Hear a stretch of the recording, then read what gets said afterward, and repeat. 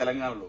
కానీ తెలంగాణ ప్రాంతం కోసం కానీ తెలంగాణ నిధుల కోసం తెలంగాణ ఉద్యోగాల కోసం వేరేటోడు వచ్చి మా మీద వస్తే మాత్రం తెలంగాణ ప్రాంత ప్రజలందరూ ఏకమైతారు, తరిమి కొడుతున్నారు. విషయం మాత్రం గుర్తు పెట్టుకోండి. మాకు ఇంటి పక్కన చుట్టుపక్కల ఉన్న తెలంగాణలో పోటీ చేస్తే తెలంగాణలో పోటీ చేసినండి ఆల్రెడీ. వీళ్ళు ఏవో ఊగిపోతా ఉండు, నేను తెలంగాణలో పోటీ చేస్తా అది చేసి ఎవరిగా నీవు కూడా ఎవరికి కావాలంటే ఆల్రెడీ నువ్వు పోటీ చేసినావు, నీకు సీట్లు కూడా రాలేదు. ఆల్రెడీ వైఎస్ఆర్సీపీ వాళ్ళు బర్రెలకు వచ్చిన ఓట్లు అంటే నోటాకు వచ్చిన ఓట్లు కూడా వీళ్ళకు జనసేన వాళ్ళకి రావాలని చెప్పి రాలేదని చెప్పి ట్రోల్ చేస్తా ఉన్నారు. అవును, వీళ్ళకు నిజంగా చిత్తచూతుంటే తెలంగాణ అనే పదం డిక్షనరీలో లేదని చెప్పేసి మాట్లాడుతున్నారు మీ టీడీపీలతో పొత్తుంది కదా. దౌడమిగలు ఒకటి వేయరా మీరు? అరే మేము తెలంగాణ బిడ్డల్లో పోయి తెలంగాణ డిక్షనరీ లేదని చెప్పి అనరా? చాతన అయితే లేదా? తెలంగాణ బిడ్డలు కాదా జనసేన నాయకులని నేను అడుగుతా ఉన్నా. దాన్ని ప్రశ్నించారు.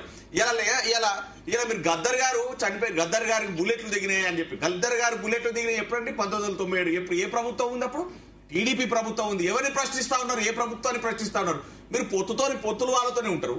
ఇలా తెలంగాణ సమాజాన్ని అణిచివేసే దిశగా ప్రయత్నం చేస్తారు. ఆంధ్ర విగ్రహాలు ఇక్కడ పెట్టేలాగా ఆంధ్ర తెలంగాణ ప్రజలకు కొట్లాట తెచ్చే దిశగా పనిచేస్తారు. మళ్ళీ ఇలా చూస్తా ఉంటే మళ్ళీ తెలంగాణ ప్రజల సొమ్మే దోసుకపోతారు. తెలంగాణ ప్రజల సొమ్ముతోనే మీ సినిమాలు ఇస్తారు. తెలంగాణ ప్రజల సొమ్ముతోనే భూములు జాగ్రత్తగా ఉంటారు. తెలంగాణ ప్రజల సొమ్ముతోనే ఇక్కడ ఉన్న తెలంగాణ ప్రాంత భూములను లాక్కునే ప్రయత్నం చేస్తారు, కబ్జాలు చేస్తారు. ఇలా మళ్ళీ శుద్ధపూస మాట్లాడతారు. అరే నీకు చాతనైతే మాట్లాడు రా. గురుకులాల్లో పిల్లలు ఎంతమంది చనిపోయారు, నేనున్నా అన్నలాగా అని చెప్పి మాట్లాడు. ముందుకు రా, ప్రజలు హర్షిస్తారు. ఇలా రైతాంగం అంతా రోడ్డు మీద ఉంది, వడ్లు కొనలేని పరిస్థితుల్లో ప్రభుత్వం ఉంది. వాళ్ళ కోసం ప్రశ్నించు, రైతాంగం తరఫున కొట్లాడు, ప్రజలు హర్షం వ్యక్తం చేస్తారు. అరే జూన్ 2 తారీఖు అవు బ్రదర్ సురేష్ గారు మీరు ఒక ప్రశ్న సూటిగా, మీ ఇంట్లో మీ అక్క చెల్లె పెళ్ళో నా బిడ్డ నా కొడుకు పెళ్ళో జరుగుతుంటే ఎవడో తాగచ్చి లొల్లి పెడతా అంటే ఊకుంటామా? మనం సంబరపడుతున్న రోజు, మనం పండుగ చేసుకుంటున్న రోజు జూన్ 2వ తారీఖు సబ్బండ వర్గాలు, అది కాంగ్రెస్ కానీ బీజేపీ కానీ టీఆర్ఎస్ కానీ ఇంకో పార్టీ కానీ తెలంగాణ ప్రజలందరూ కూడా ఇలా సంబరాలు చేసుకుంటా ఉంటే మధ్యాహ్నం నుంచి మీరు విచ్చలవిడిగా జనసేన నాయకులు కానీ పవన్ కళ్యాణ్ గారు కానీ సభ పెడతా, ప్రెస్ మీట్ పెడతా, మీటింగ్లు పెడతా. అరే గాయ బై 20,000 మందితో కాకపోతే 20,000 మందితో సభ పెట్టు, పర్మిషన్ తెచ్చుకో. మీకు చాతనైతే అడ్జేసుకోగా చెప్పగారే చాతగాక మా పండుగ రోజు ఇబ్బంది పెట్టే ప్రాంతాల మధ్య ఇచ్చిన ప్రాంతాలు ఆయన క్లారిటీ ఇస్తున్నారు. ఒక్క నిమిషం, మీరు చెప్పిన పాయింట్ క్లారిటీ తీసుకొని మళ్ళీ మాట్లాడచ్చు. ఒక్క నిమిషం సురేష్ గారు ఏంటి ఇవాళ కరోనా అప్పుడు చిరంజీవి ఫ్యామిలీ ఎన్ని కోట్లు ఇచ్చిందో ఒకసారి మీరు జరిగింది తెలుసుకొని మాట్లాడాలా. ఇలా కరోనా అప్పుడు చిరంజీవి గారి ఫ్యామిలీ చాలా చేసిందండి. ఈ రోజు చెప్తున్నా, పవన్ కళ్యాణ్ గారు సంపాదించిన డబ్బంతా ప్రజలకి ఇచ్చాడు.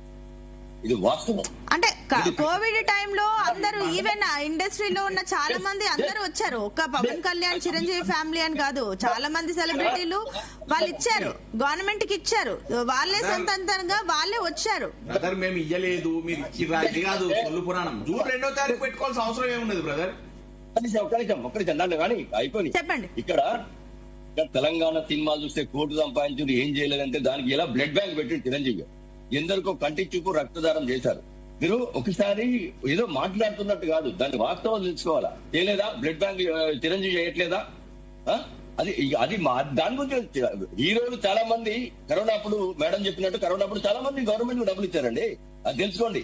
ఫస్ట్ ఆఫ్ ఆల్ తెలంగాణ ఏం చేసిందో చెప్పండి. మీరు ఒకరి మీద బురదరుడు కాదు, మనం ఏం చేసినా మనం చెప్పుకోవాలి. ఫస్ట్ దాని గురించి మాట్లాడాలి మిత్రమా. ఓకే అండి. జనసేన నాయకులకు నాలెడ్జ్ లేదండి. ఒక నిమిషం వెంకటస్వామి గారు బాగుంది బాగుందంటే సురేష్ రెడ్డి గారు ఒక్క నిమిషం. మేము అది చేసినాం కరోనా టైంలో, అది చేస్తాం. ప్రతి ఒక్కరు చేసి కరోనా టైంలో ప్రతి ఒక్కరు చేసి ప్రభాస్ గారు ఇచ్చారు, ఇంకోరిచ్చారు, చిన్న నటులు కూడా ఇచ్చారు సందర్భం ఉంది. దాన్ని మేము ఇది చేసినాం, పొడి చేసినాం. ఇలా తెలంగాణ బ్లడ్ బ్యాంక్ పెట్టారు. దాంట్లో తెలంగాణ ప్రజలు బ్లడ్ ఇస్తలేరా? తెలంగాణలో అభిమానులు లేరా? తెలంగాణలో టికెట్లు దిగుతలేవా మీకు? నిమిషం అండి. ఇలా మీరేదో బ్రదర్ మీరేదో సినిమాల అవకాశాల కోసమో ఇంకో సొల్లు పురాణం కోసమో తెలంగాణ మీద ఏడవకండి. ప్రెస్ మీట్ పెట్టిన వాళ్ళు కూడా సినిమాల అవకాశాల కోసం పెట్టిరే తప్ప తెలంగాణ మీద ప్రేమ కాదు, తెలంగాణ పట్ల అవగాహన లేదు. ఒక్క నిమిషం సతీష్ గారు, ఒక్క నిమిషం సురేష్ గారు, ఒక్క నిమిషం అండి.